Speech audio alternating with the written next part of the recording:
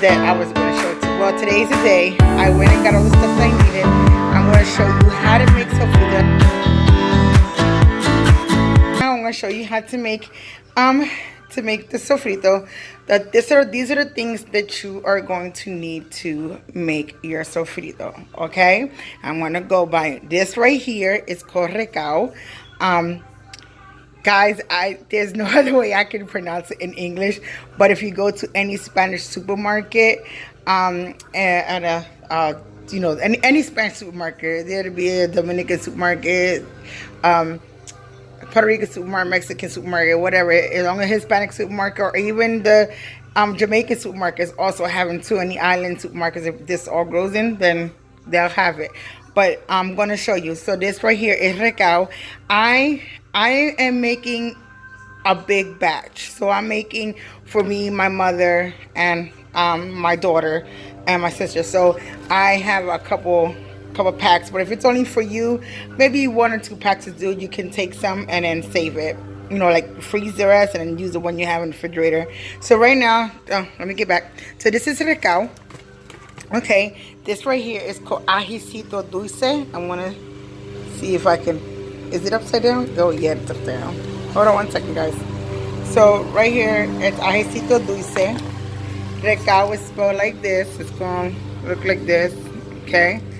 That's ajicito. So you're gonna need a jar of garlic, something like this. You can get this prepaid, or you can get the minced garlic, or you can get the regular garlic that you have to peel. But personally, me, I like just getting this already peeled in the jar, and I usually use that whole thing. Okay, so what this would be, maybe like 2 cloves or 3 cloves of garlic, I'm guessing, but you know. So you will need cilantro. You will need this, but I'm making 2 bundles here because I'm making a lot. So you will need at least 2 green peppers. You can see 2 green peppers. This is another ajicito dulce that goes over here. So you will need a jar of this. It's made by Goya. You'll find it in Spanish aisle. It's called sliced pimientos. Okay, you'll need that. You'll need celery. You're gonna probably need about 3 stalks of celery. There's 3 little stalks of celery. You don't need much, but use celery. If you're making a big batch like mine, 3 big onions. If not, just for yourself, maybe 2 or an onion and a half. If it's the small onions, maybe 3 onions. And the stuff you're gonna need to put in it, you're gonna need sazón total, okay, Goya adobo, any adobo you use will do. Low salt, without black pepper or whatever. They have a bunch of them, so whatever one you need. You're gonna need some ground cumin. You are gonna need some oregano leaves, some garlic powder, black pepper, and salt, so you can see. So these, oh, and I forgot one more ingredient, sorry, which is important, is 1 packet of sazon. Each time, if you're making a lot and you're gonna make, oh, you also gonna need a blender. Sorry, guys, didn't show that to you. So you also gonna need this blender where you're gonna make your sofrito in. If by any chance, like, you're gonna make several batches, so every time you make a batch, you put 1 packet of this sazon in each batch that you make. Okay, so just hold on a second. I'm gonna get everything ready for you guys and show you how to make your sofrito. Let's start off with cutting the recao. That's the first thing I want to do. So the recao, we're gonna start. I'm gonna start cutting this up. And remember, you have to wash your vegetables, because I washed them already. I just had them here. But remember to wash your hands, guys, before you start. I already washed mine, but wash your hands before you start preparing any kind of food, and wash all your vegetables. Please wash your vegetables. It's the best thing I can tell you. So we're going to cut the recao, and you will use all of it. I use stems and all because it is going in the blender. It will get chopped up. So. Okay, as you can see, I have the recao already cut up. I washed it and cut all 3 packets up. So next I'm going to be moving on is I'm going to be moving on to the cilantro. That's the next thing I'm going to be cutting up. Oh, I also wanted to tell you, which I forgot in the first one, you are going to need some oil. I'll need that in a minute. Okay, so let's go. We're going to start cutting the cilantro. As you can see, I already washed the cilantro. This one I took the one out, but I already washed the cilantro already. So you can see, nice and green. Look at that, so good. Here we go. I bend the whole stalk together, and you're gonna cut the cilantro out like so.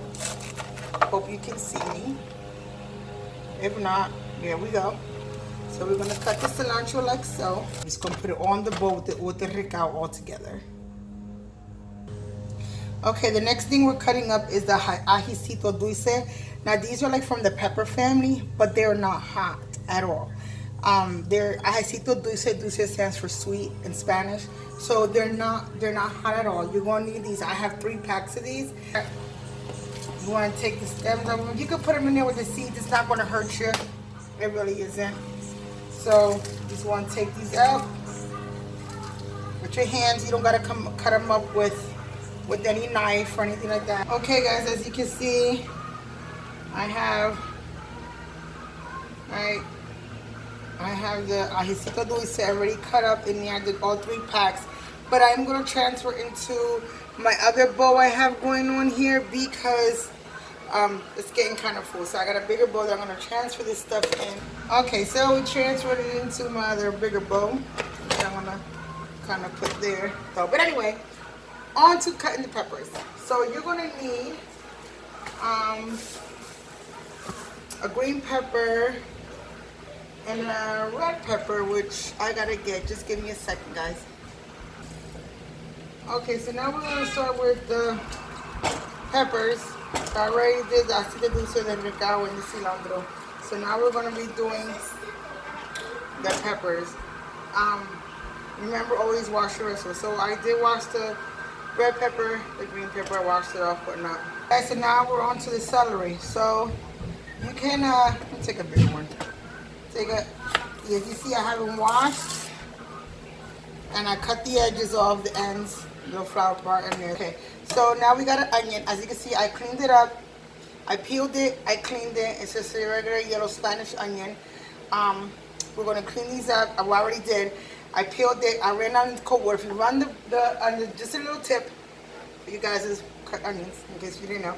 If you run the onion under cold water, or soak it in cold water for about a good 5 minutes or whatever, or run in cold water, when you go to cut it, it doesn't burn your eyes. So that's a good tip.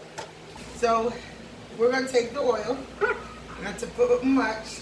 Actually, I'm going to see if I can measure this, which I have a measuring cup here.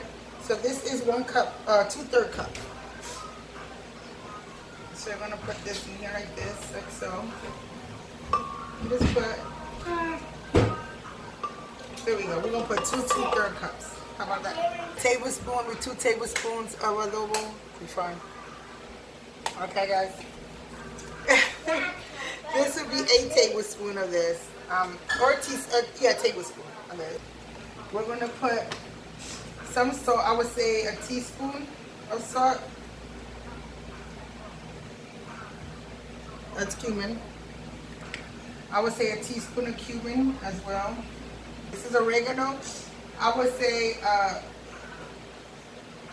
a tablespoon of oregano.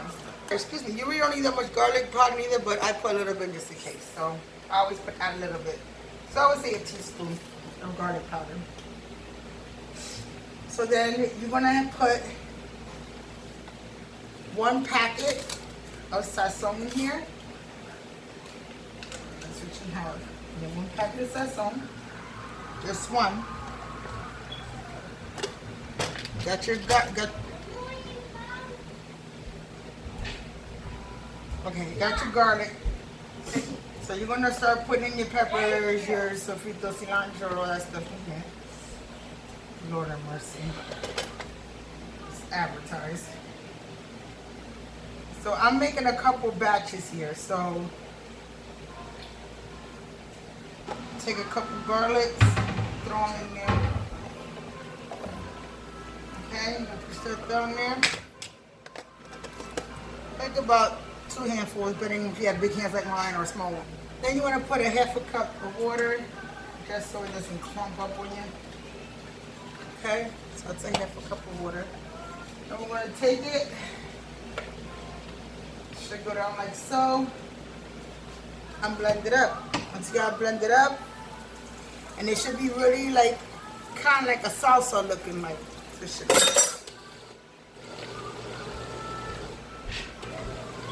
Guys, before I forget, I did put black pepper in here as well. The black pepper, I will put 1 teaspoon of black pepper or 2 teaspoons of black pepper. It'll be fine because I'm making a lot, so I'll put like 2 teaspoons of black pepper. Stop that, and if you have to, you can mix it around. So that's another thing you can do.